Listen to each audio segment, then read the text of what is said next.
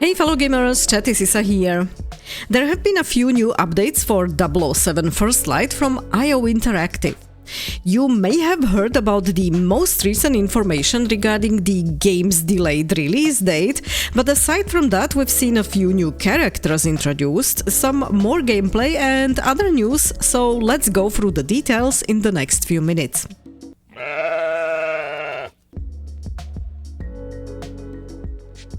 First of all, we've seen two new characters introduced, played by more or less known celebrities.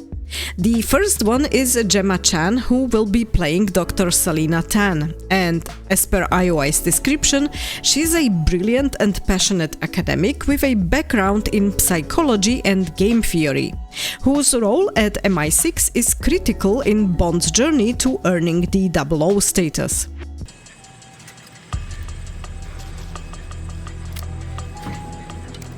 Shoot. Sorry for the mess, Bond.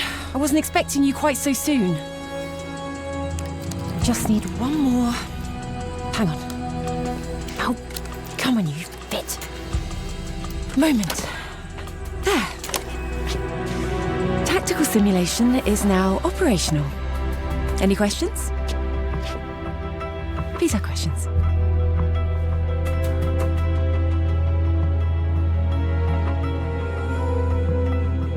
You might know Gemma Chan, a British actress, from the movies Captain Marvel, Eternals or Crazy Rich Asians.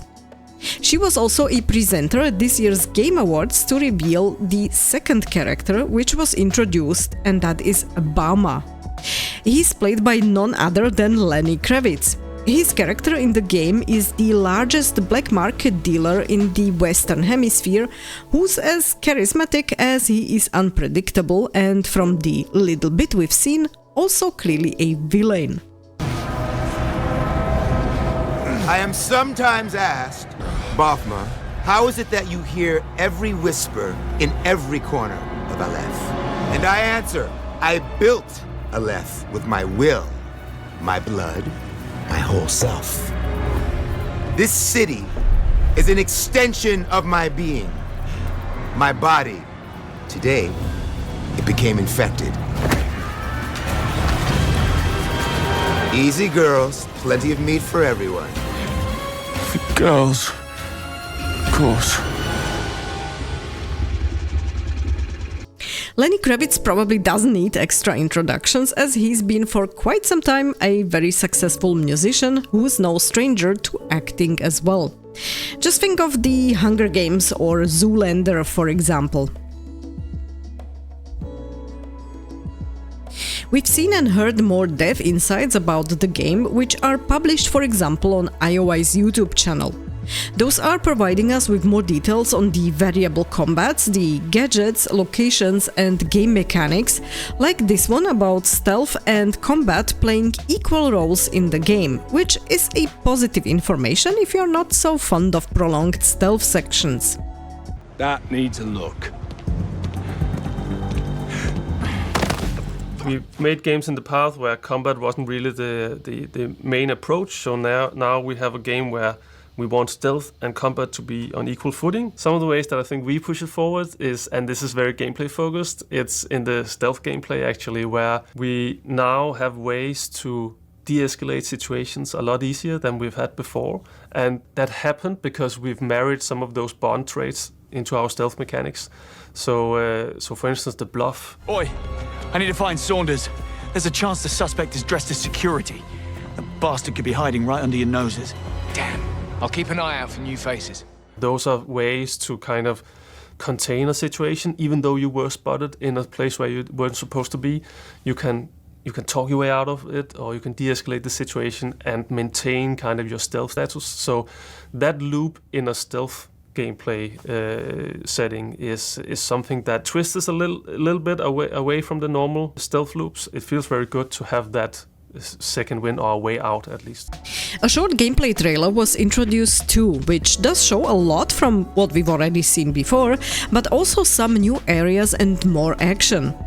The gameplay looks very good, and it's still a game I'm keeping on my radar in spite of the revelation on how IOI micromanages early game reviews within their creator program, where people were wondering what they're trying to hide.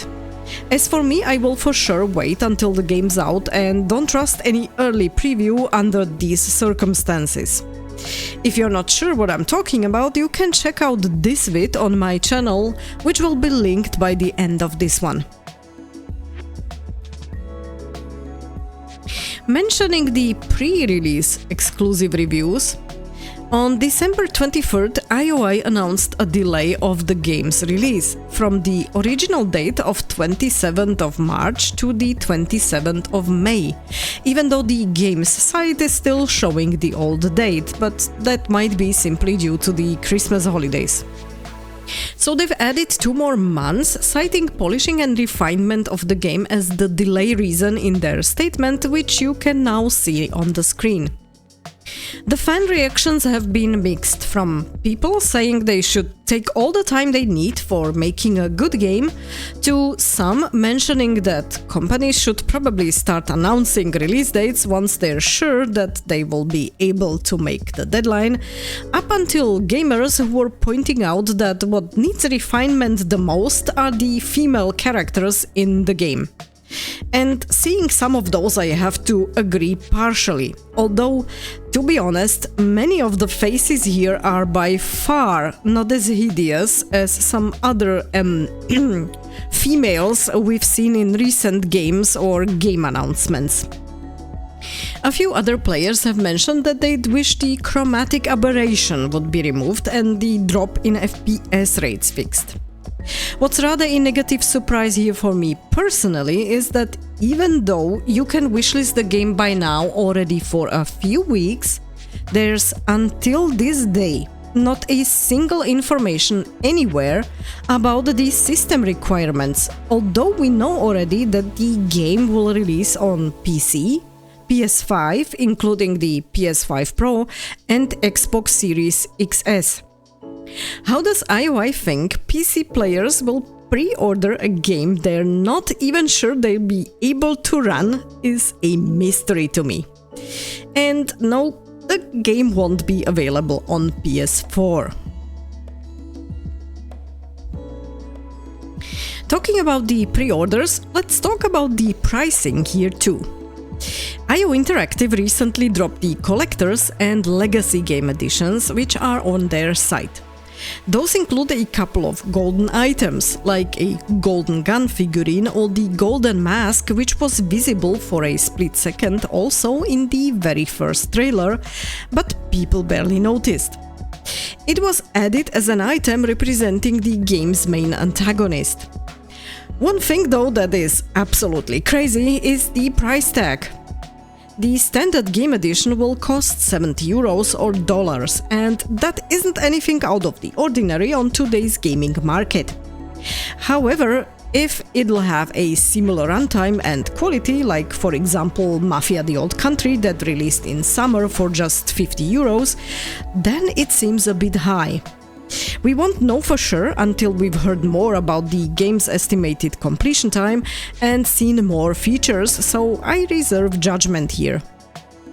The game's Specialist Edition is priced at the same amount, at least I haven't seen a difference in the prices within the area around here, but it might depend on your location and the store where you're getting the game from. Both the Standard and the Specialist Edition are listed, by the way, also to be playable on the Switch too. And here come the crazy numbers. The Collector's Edition will cost you €200 and the Legacy Edition €300 or dollars. Sure, they are limited, physical-only editions with extra perks and items, but you've got to be a die-hard Bond fan to be willing to spend this amount of money on a game. So that's the latest updates we've got during the last few weeks. Let me know what you think about the game's delay. Does this have any impact on your decision to buy, not buy it, or are you waiting anyway until it releases first? Are you looking forward to a more polished game, or do you think they're making some last-minute changes behind the scenes? And what do you think about the actors and actresses we've seen so far portraying the already known characters? How do you find the gameplay or the additional information that we've got? Let me know in the comment section below. I'm really curious to hear your thoughts on the game so far. And in case you've liked the vid, don't forget to hit the like button and share it, it would be much appreciated. I will definitely keep you posted on any new developments for sure, but for now, thank you very much for watching, stay tuned and game on!